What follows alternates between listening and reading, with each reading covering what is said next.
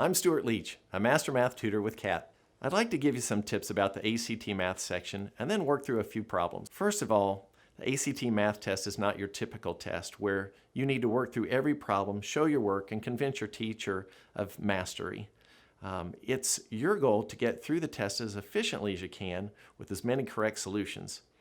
I would strongly suggest that you not focus on difficulty.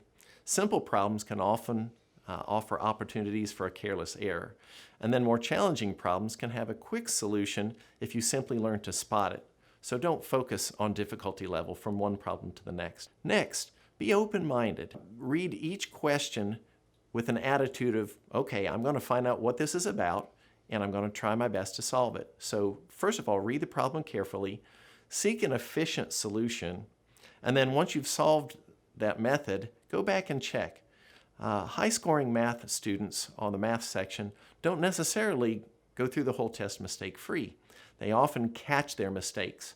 So look for consistency and when you plug it back in, if it works.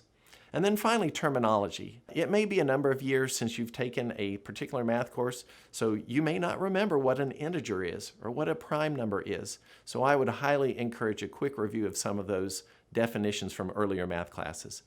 Now let's take a second to solve a couple of problems. Okay, on our first problem, when we read it, we see immediately that we have an absolute value, which is intimidating to a lot of students. This problem might seem easier if it were just to solve or maybe identify the two solutions on a number line. However, the 5 choices given to you are actually unsolved themselves. So if you start the problem as you would a typical absolute value, and that is by isolating the absolute value itself, you would subtract 3 from the left and 3 from the right and quickly have 2x minus 8, the absolute value, equals 2. From that point, all you have to think about is what kinds of numbers would have an absolute value of 2. Well, that would be positive 2 or negative 2. So all you have to do is take the value, or the expression I should say, inside the absolute value and set it equal to positive 2, so 2x minus 8 equals 2, and 2x minus 8 equals negative 2. While there's no answer that matches that exactly, look at letter K. If you simply divide each side by a negative 1, the second line there matches what we just said.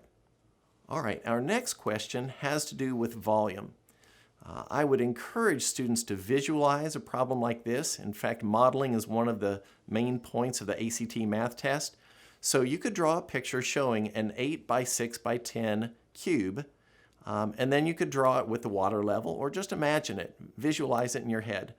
The slow way to do this problem would be to actually calculate both the volume before and the volume after the toy soldier is inserted, and then subtract the difference. The fast way, or a quicker way I should say, is to look at the difference. If the water went from a depth of 4 centimeters to a depth of 6.6, then it increased by 2.6.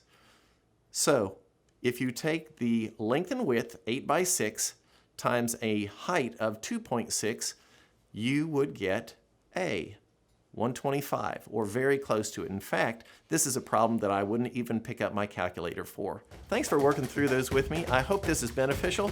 Stay hungry, stay humble.